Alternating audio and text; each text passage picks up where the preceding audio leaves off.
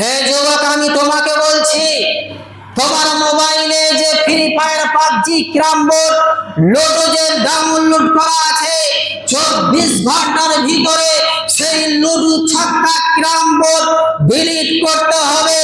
যুবক, তোমার বাড়িতে ক্যারম বোর্ড খেলার যে একটা বোর্ড রয়েছে, ঘুঁটি রয়েছে, 24 ঘন্টার ভিতরে সেই বোর্ডকে ভেঙে ঘুরিয়ে দিতে হবে।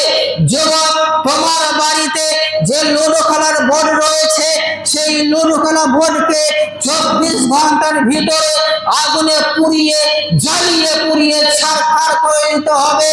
তুমি যে শয়তানি নীতিতে আছো, 24 ঘন্টার ভিতরে ওই শয়তানি নীতি ত্যাগ করে, ওই শয়তানের পথ ত্যাগ করে তোমাকে আল্লাহর রাস্তায়, নবীর পথে, নবীর পদ্ধতিতে তোমাকে ফেরত আসতে হবে।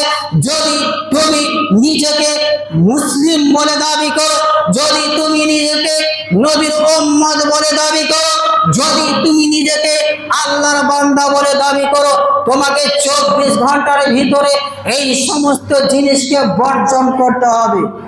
পারবে যুবক? তোমারাই পারবে। কেন? এমন কোনো কাজ নেই যে তোমাদের দ্বারাতে হয় না, চেষ্টা করলে সবই হবে। তো আজকেই তওবা ইস্তিগফার করে ওই নোংরা জিনিসকে তুমি ছেড়ে দাও। তুমি মুসলিম, তুমি নবীর উম্মত, তোমার দ্বারাতে এই সকল জিনিস সাজে না, তোমাকে সাজছে না। এটা অমুসলিমদের কাজ, তোমার কাছে কি করে চলে এলো? তোমার চরিত্র ব্যবহার একটা সাহাবীদের মতো হওয়ার কথা ছিল, আর আজকে তোমার চরিত্র ব্যবহার হয়ে গেছে অমুসলিমদের মতো।